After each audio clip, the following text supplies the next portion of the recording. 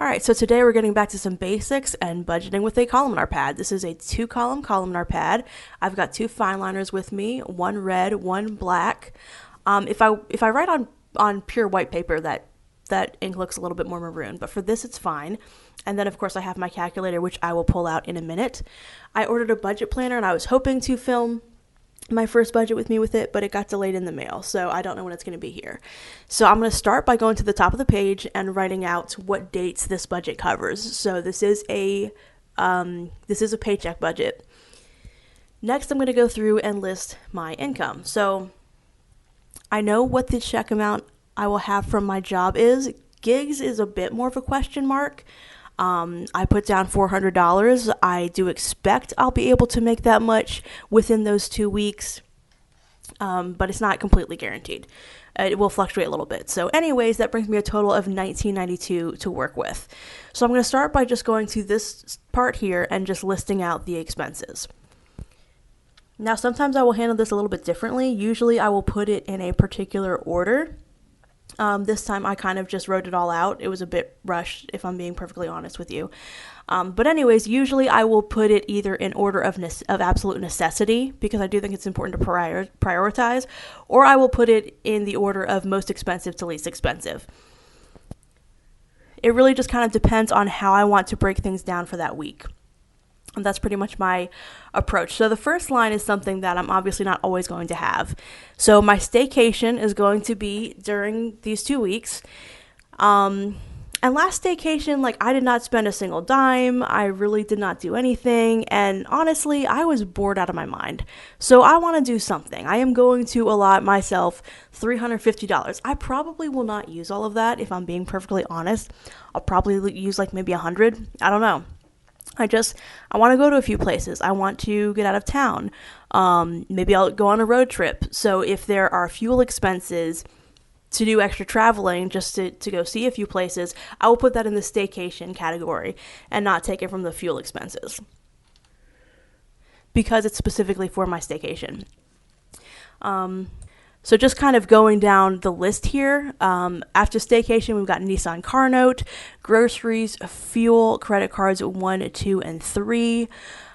Next we have investments, Jetta car note, vehicle maintenance, payback mom, and then I'm going to be making one of my first debt payments I've made in a while to start tackling some of that.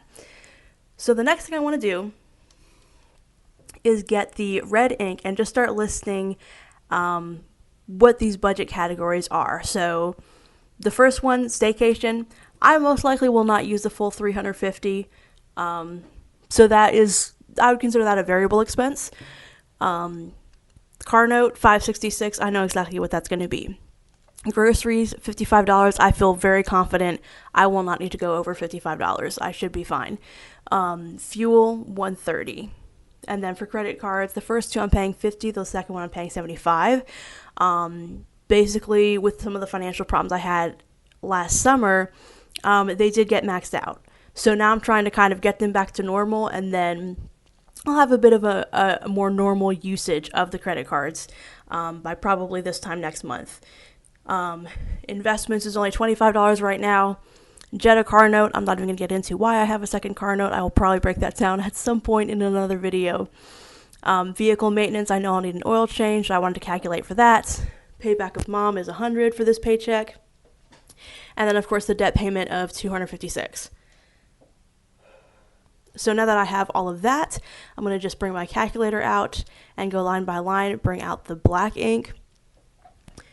So I'm just subtracting that budgeted amount from the remainder and going line by line. And doing this and actually subtracting the expected amounts from what I'm going to have left, doing that really just changed the game for me when it came to budgeting, because it really made me think, okay, I'm not just budgeting and seeing what I can work with. I'm actually going through line by line and seeing, okay, how much is this actually going to subtract from my paycheck? How much do I have left after each expense? Now, fortunately, in this particular video, it was all black ink. But if, let's say, I got back down to those last couple of lines and it put me in the negative, I would use red ink. And my strategy at that point would either be to look at, okay, is there something I can put off and pay on the next paycheck? Is there a category that I need to lower and look at again in terms of the amount I've budgeted? Or do I need to see if I can make a little bit more money during this 2-week period? And then down at the bottom, I'm going to skip a few lines just in case there's anything else I want to add. I do think this is a pretty solid budget for this paycheck, but then I'm going to put a line that says actual spending, and that's where I'm going to go in and actually record the additional spending. And I'll pretty much break it down the same way. I'll put the category, I will use red for the expense, and then I will use black ink to put what the remaining total is. I do have a buffer of $150 on this budget, so I think I should be okay.